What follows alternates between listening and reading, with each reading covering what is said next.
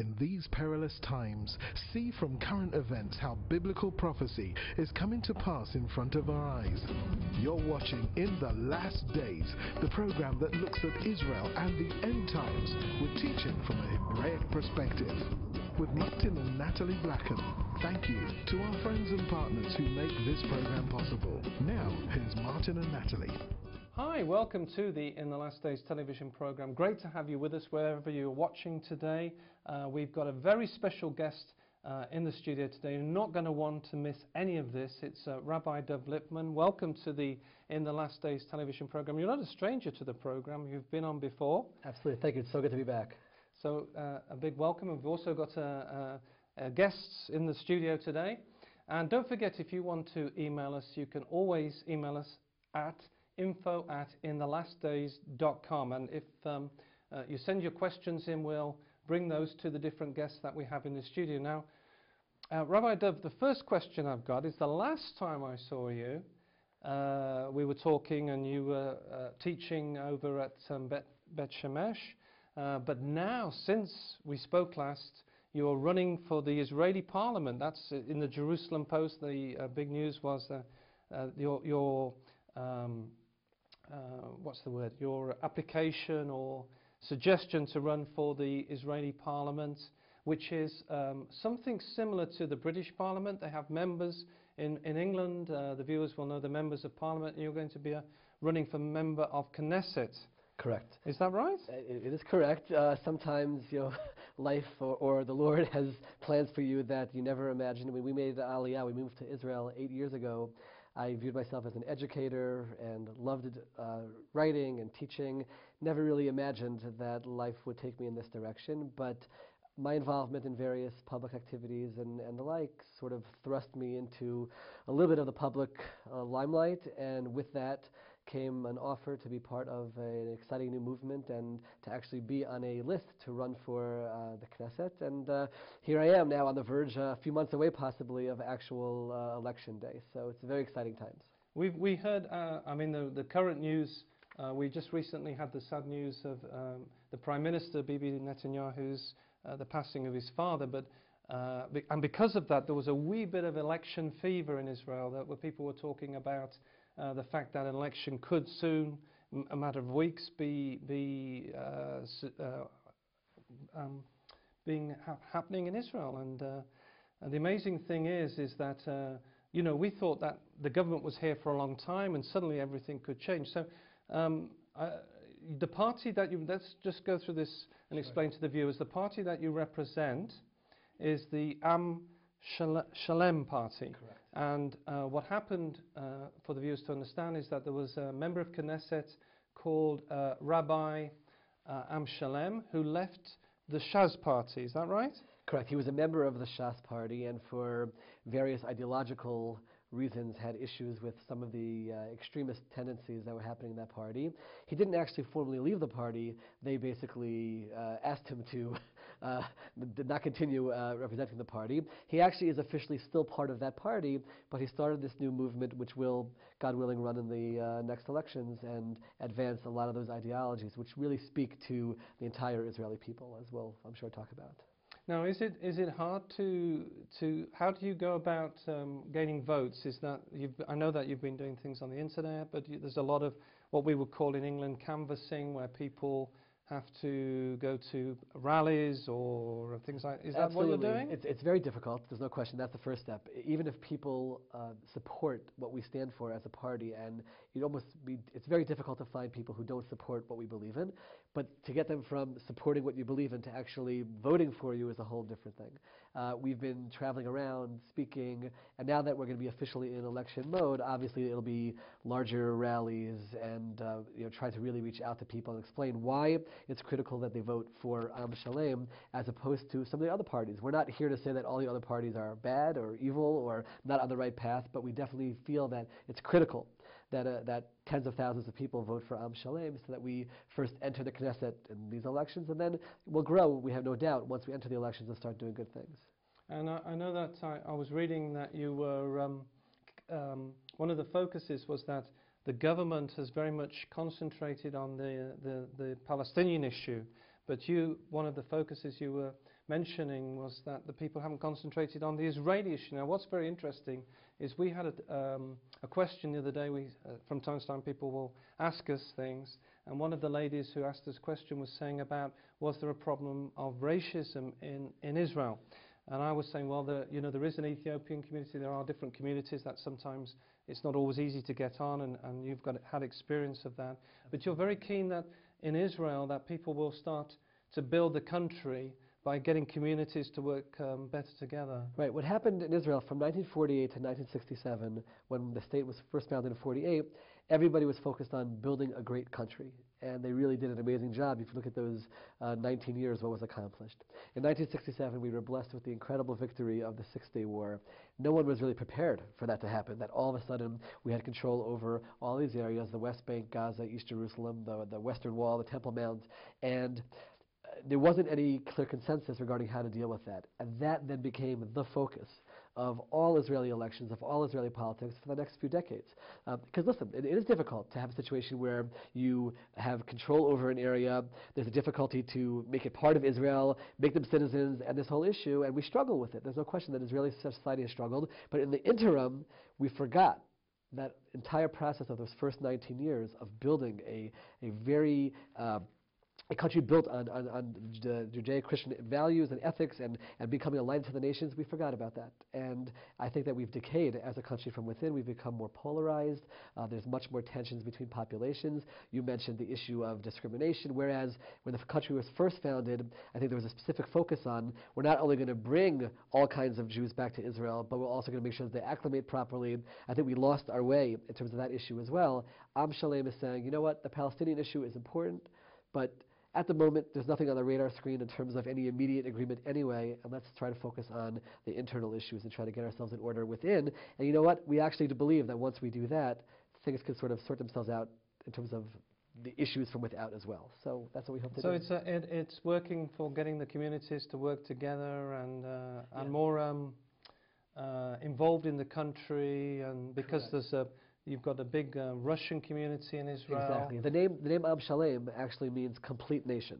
His name is actually Rabbi Chaim Amsalem, which is the way it's pronounced, and his party is called Am Shalem, the complete nation, which means that every single person plays a role and every single person is needed. Our logo is actually the Jewish star, the Magen David, with different colors as pieces of a puzzle to indicate that every single person in the nation plays a role and they need to be there, or else we're not a complete nation. And therefore we're talking about even the ultra-Orthodox becoming more a part of the society in terms of service and in terms of joining the workforce. We're talking about dealing with the issues of discrimination or racism which can exist. We're talking about trying to make sure that all Jews feel like they're part and never cast out and never cast away. By the way, I should say, it's not just all Jews. When you talk about Am Shalem, the complete nation, when we're talking about discrimination, it's for anyone living in the country. If we're going to build a Jewish country, it has to be built on Jewish values, which means that anybody who lives there has to have their rights and be dealt with the way that any proper citizen deserves to be treated. Very good. And I know that some of the viewers will be asking, is it normal for so many? I mean, are there we know that there are other rabbis involved in the Knesset. Is it normal for? There seems some viewers will wonder. It seems a funny mix of God and politics. Is that the case, or how does that work together? Right. So there's no question that if we had our way, we'd go back to 1948, and we actually would try to separate religion and politics. Not religion from state. We do believe that religion has to be an integral part of the country, but not in terms of the political establishment and the party system. But that's already been done. That happened. And the system is there. We are not looking to start a religious party. We think that the idea of a religious party is a mistake. We're trying to start a party which is for everyone, including, and that's part of what's revolutionary about what we're doing, because Rabbi Amsalem is an ultra-Orthodox rabbi who's coming out and saying the ultra-Orthodox have to join the workforce and serve the country. He's saying that women need to be given their proper place, and not just in terms of society, but even in leadership. And he's talking about putting a woman in a top slot on his list for the Knesset, which, again, people view as revolutionary for an ultra-Orthodox rabbi to be saying. And so we don't view it as a religious party. He actually said a very interesting thing in terms of commenting on why he joined politics.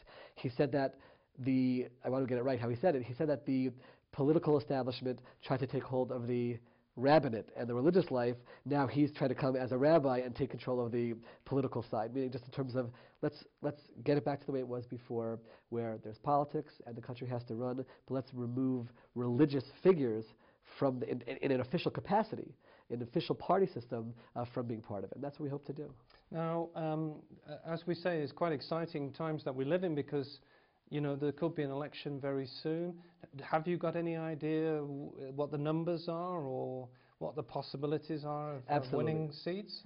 Absolutely. So we're obviously doing polling all the time, internal polling, and also we're featured in polls that are done nationally. It looks right now that according to the polls, we definitely have the 3 seats which are necessary to enter into the Knesset. The Knesset has a rule: you can't, does any party start and then have a small percentage and enter the Knesset, but it looks like we do have the 3 seats that would be necessary. We are still evaluating, though, offers to run together with other parties. Essentially, in Israel, you can run as a joint bloc. So there are other parties that have made offers, and we're evaluating that because, first of all, just in case we really are on the borderline, we don't want to risk that all these people's votes were for nothing and that we don't enter. And number 2, to enter as part of a larger bloc certainly gives us much more clout and significance once we're in the Knesset. We have very clear goals in terms of ministries that we want to take control of to be able to make changes immediately in terms of internal changes within the country. So we are weighing all those options. And the next few weeks, all these decisions have to be made because, like you said, the elections are probably going to be in September or October. So things could change in a few weeks, and there's a possibility, you could we won't be able to get hold of you because you'll be busy in the Knesset.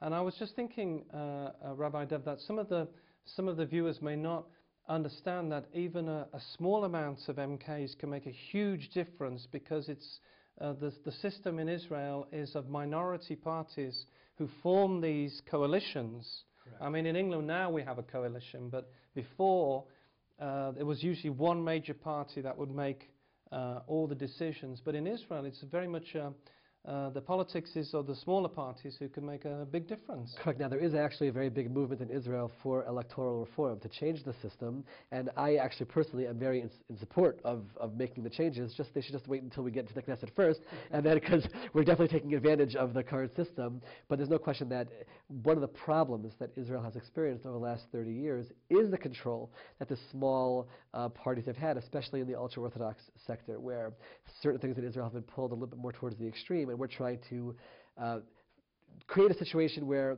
they're not as necessary to form a coalition. We view ourselves as an alternative for many ultra-Orthodox voters, and there are a few other parties that are on the rise as well, which might be able to provide that alternative. And we wanted, though, ultimately get to a point where it is a system where the larger parties do have the control, and also to switch to a system like in England where you do have 2 houses, so that right now we have no local representation. So let's say in Beit Shemesh this year, we had issues that we were dealing with. We didn't have our local member of Knesset that we could call to help us with that situation, and that needs to change. That made sense to have this system of 1 house when Israel was first founded and it was a small population, but now that the population has reached way over 7 million, it's time to make the change, and I think that change actually could happen in the next Knesset. So how does it work? People vote, for example, in Beit Shemesh, but they're not voting for their own member of Knesset. They're just voting for a party? A party, that's what it is. You walk to the ballot box, right, and you have pieces of paper which have these symbols for different parties, and all you do is put that party in. You're not voting for a prime minister, you're not voting for any individual person, you're voting for a party list. And then once they have all the results, based on the percentages of the 120 seats are divided amongst those parties, and that's it. You don't have your local representative who's there in the Knesset for you, and that's a problem which I think people are realizing all over the country that it has to change. And I think the idea really is to change it to 2 houses of 60 and 60, and divide the country into various regions and to have local representation. And that, I think, will be a very good thing for the country. Now, it's going to be quite exciting for you because you've already been, I was reading on the ballot box in Beit Shemesh as one of those who observers they call them. Correct. Is that right? The last national elections, I was an observer sitting there watching people go and vote, and now election day I'll be making the rounds trying to get people to vote for Am Shalem. It's very exciting. The English-speaking population in Israel, I think, is very excited about it as well because there is no, currently sitting in the Knesset, there is no English-speaking representative, someone who's made Aliyah recently from any of the countries where people come from, whether it's England, the United States, Australia, South Africa, or Canada. And I think that's a phenomenon which people are excited about because there's no question that if I do get in, I would view my role as representing Am Shalem for sure, but I also want to be there to represent all the English speakers in Israel to help them with whatever it is, which at the moment they're too intimidated to pick up the phone and call anybody in the Knesset to help, and hopefully that barrier will be broken, and that's something which is also very exciting. And maybe the viewers don't know this, but there's a a lot of Anglo-speaking Jewish people who've made Aliyah, and yet, as you say, they don't have any formal representation in the Knesset. Absolutely. So on the one hand, that's to the credit of the people who have made Aliyah, who have immigrated from all these countries, because we didn't have to come together as our own political force. Everyone votes their own ideologies, and for the most part, we do okay, and we've really acclimated to Israel nicely. However, like I said, there are moments where you want to be able to have your representative help you, and we're so used to that system. I know in the United States, you call your congressman, and your congressman helps you. I worked in Congress when I was in high school, and I saw the way that system worked, and you wrote letters to your congressman, and he answered them, and he helped you with any issues that came up. We don't have that right now, and I think that that's something which is necessary, and I really hope that we do enter, and I'll be able to fill that void. Now, I saw you were in America with Rabbi Salem. You were there. Were you canvassing, or because you were in New York? And Right, we actually made the rounds. It was very exciting. People everywhere we went greeted, first of all, just the mission of uniting the Jewish people together and trying to deal with all of these internal issues. People recognize the problems. People, even if they don't live here, they travel here, they visit here. They've heard about some of the extremism. They heard about what we experienced in Beit Shemesh this year, which was a difficult time in terms of some of the control of the extremist elements. And they're nervous about the future of Israel as a country from within. Forget the issue of the Palestinians. So everywhere we went, there was tremendous support. We also were there to raise money as well, kind of doing both, and it was fantastic. Rabbi Salem doesn't speak English, so I was very much his mouthpiece, and I was able to, by the end of the trip, there was one time he was speaking in Hebrew, and someone pulled me to the side to ask me a question, and then the person said, "Oh, I just messed you up because you didn't hear what he said." I said, "No, I got it. I know the speech already pretty much by heart," that I was able to do it, and we really are partners in this endeavor. He's an incredible leader, an incredible visionary, and really a very important person in Israel today, and the greatest thing for this country would be to have him be a minister of religion, get ourselves in order religiously in the country, make things the way they should be, work to create a society where we really are working together, where whether somebody is secular or ultra-Orthodox, we can respect each other and continue building the country the way, like I said before, we did in the first few decades.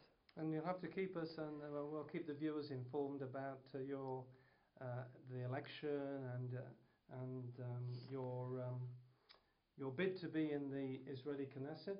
So do you think that there's a possibility you could be in the government, or is that a long way off? Or No, so it's looking, first of all, if we do get the 3 seats, we will be in the Knesset, and Rabbi Salem absolutely will join the government. He's very close to all of the national leaders. All the large parties, by the way, have offered for him to join their party because they realize that he does have significant support in the country.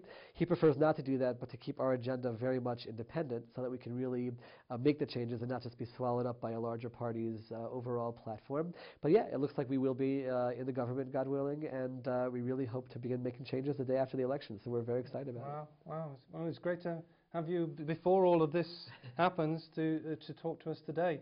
And a lot of the Likud supporters, which I guess would be similar for our viewers as in England would be the Conservative Party, a lot of the Likud people are very excited, aren't they? Because they see I mean, I don't know if this is true, but I saw it said a bit of a landslide. Is that? Do you think that's true? Yeah, I think it's absolutely true. I think the Prime Minister Netanyahu will win hands down, and the Likud will have certainly the largest party.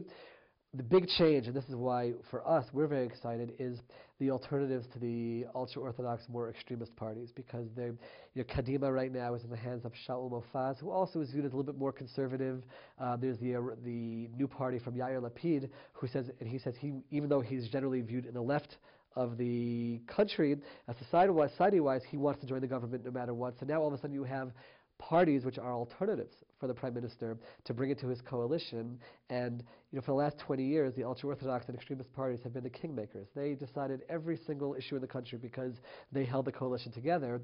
It looks like with these new elections that won't happen. That's going to create a whole new reality in Israel, where for the first time in years, the middle of the country, so to speak, the center of the country, people who are, like you said, tend to be more conservative, but not necessarily ultra-Orthodox or even Orthodox, but they are respectful of religion. They have a vision for what this country can be. We'll start working on that instead of all the other issues we've been distracted by over the last few decades. Now, are you going to have time for your role as a rabbi? Because I know that you do essays and various things for Aish, I think Right, that's the right Aish.com, right, yeah, correct. the right pronunciation? Aish, Aish, yeah. okay. I definitely will continue writing, that's for sure. That's a part of who I am. I can't stop. I'm always at the computer and writing. Unfortunately, teaching will have to stop, and that's something which I didn't take lightly in terms of making this decision. It's hard not to be getting up every day and going to the classroom and trying to share words of Torah and words about Judaism with my students. At the same time, sometimes, and I've learned this over this process, you don't necessarily seek leadership, but it sort of comes your way. And you look at yourself in the mirror and you say, my goodness, right, God has come and handed you this opportunity to make a difference on a scale that I never would have dreamed of in my life. I never aspired towards it. I never dreamed towards it. My wife and I talked about it, and we embrace it. We embrace it as a gift, as an opportunity.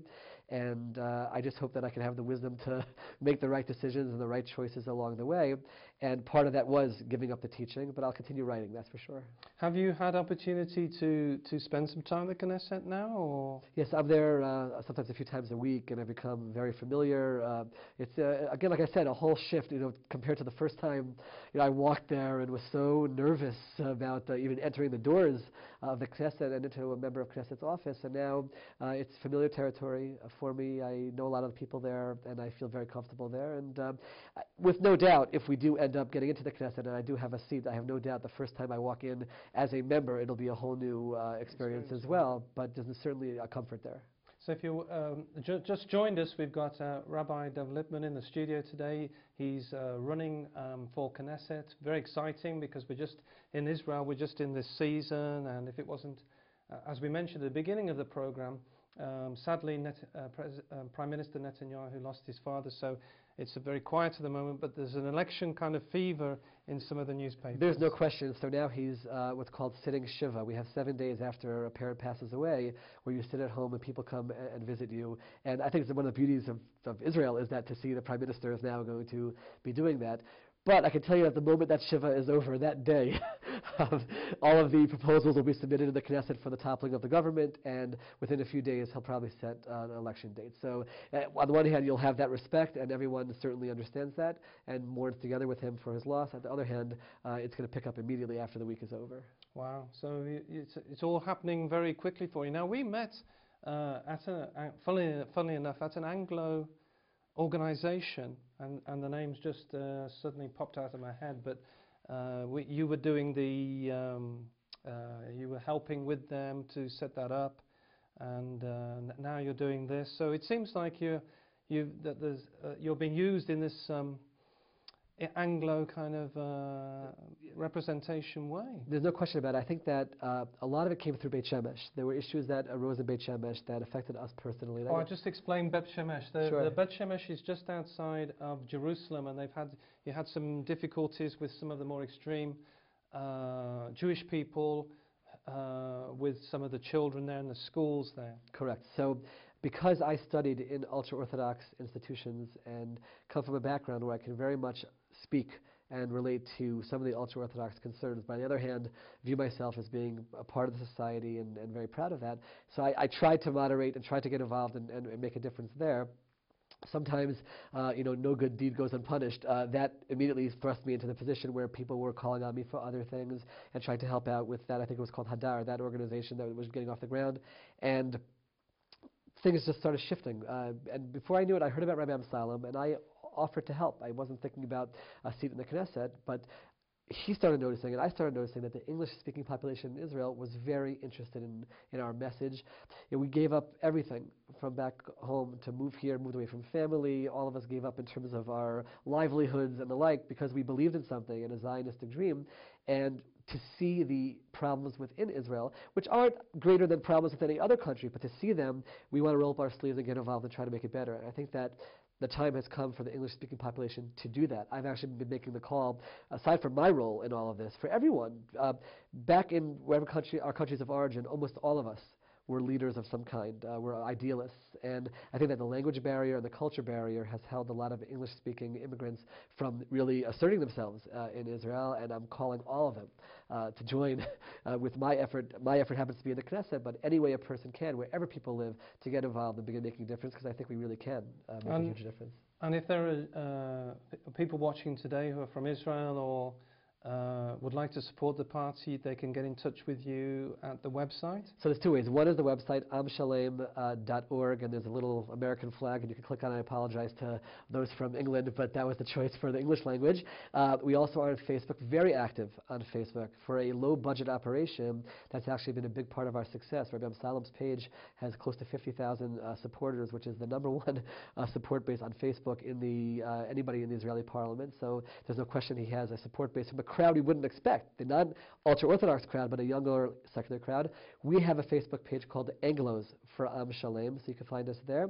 And also at the website, there's an email address, and people can be in touch with me as well. And we certainly welcome any activists or people who want to help in any way. And those who will campaign for you and maybe get their friends and neighbors to vote on the big day. Absolutely. There's no question that we need everybody's help. We need people to spread the word.